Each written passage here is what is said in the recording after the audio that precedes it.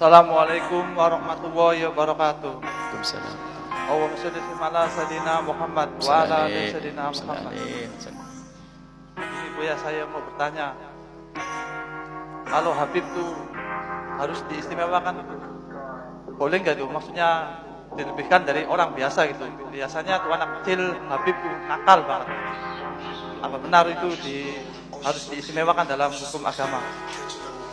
Masya Allah, hubbul abaib. Nah ini pembahasan mungkin baru datang, baru majelis insya Allah. Tidak apa-apa, baru majelis. Pertanyaannya paling inti, paling penting. Masalah mahabbah ahli bait, Nabi yang memerintahkan. Nabi tidak minta apapun. La yakum al-ajra illa al-mawaddah fil qurba, kecuali bagaimana engkau bisa menyambung tali kasih.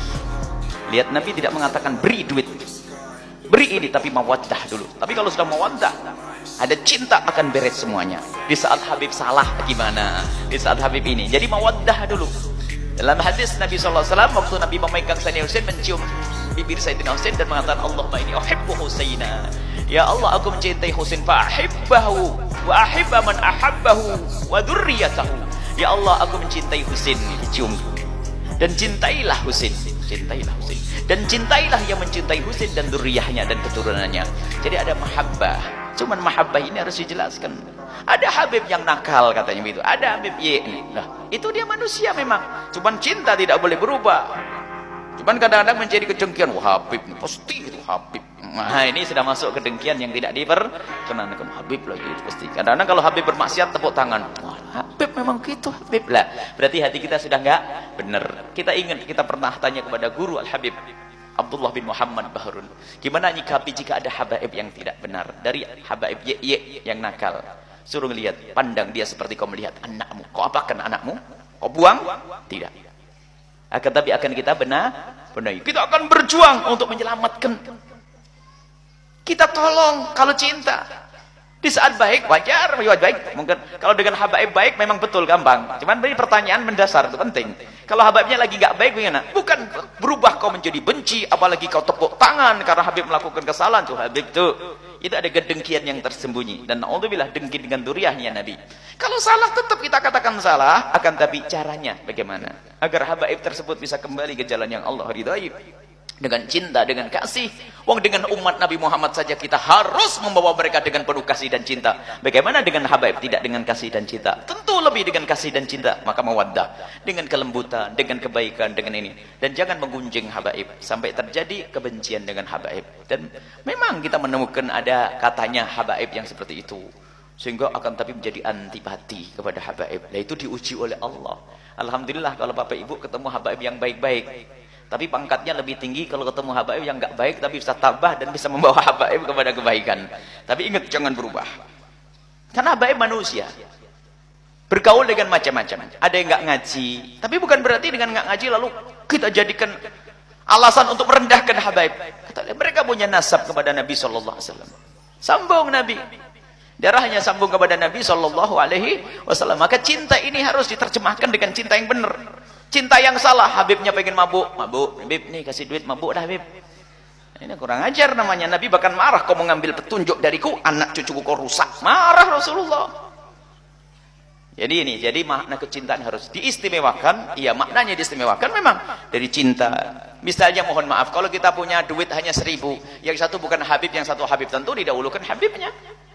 Kenapa? Mendahulukan maknanya didahulukan dalam hal ini.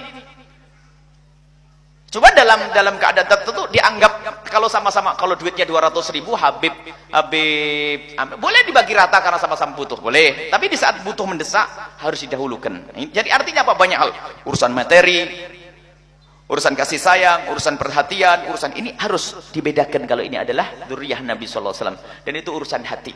Sebab sekarang memang muncul juga ada kedengkian. Dan para habaib yang soleh-soleh, yang baik-baik juga marah dengan habaib yang enggak benar itu. Karena itu musibahnya lebih besar lagi kepada orang awam. Jadi benci kepada habaib. Mereka para habaib juga marah. Sampai ada habaib yang ganggu. Siapa itu mau dicari? Jangan rusak habaib. Habaib itu dakwah ke sana kemari, kamu rusak. Sampai suatu ketika kita masuk ke rumahnya seorang tokoh. Hanya kebetulan saya membawa, itu langsung ditutup pintu karena bawa Habib. Katanya, lah bawa Habib ditutup pintunya. Karena ada Habib, jangan bawa Habib ke sini. Nah ini ada orang yang benci semacam itu adalah orang yang sangat rugi. Baik ya, habaib adalah zuriyah cucu Nabi SAW dari Sayyidina Hasan dan Sayyidina Husain sampai yaumul kiamah. Dan jangan seperti sebagian orang yang mengatakan cucu Nabi nggak ada. Itu adalah salah besar dan itu adalah bertentangan dengan Al-Quran.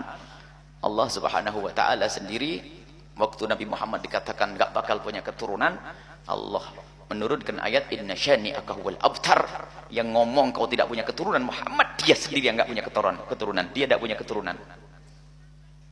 Dan Nabi Muhammad punya keturunan dari Sayyidina Hasan dan Sayyidina Husain. Ini adalah keistimewaan. Dan hadis mahabbah Sayyidina Husain, kalau pengen tahu lihat maktal terbunuhnya Imam Husain, dibaca lengkap 2,5 jam.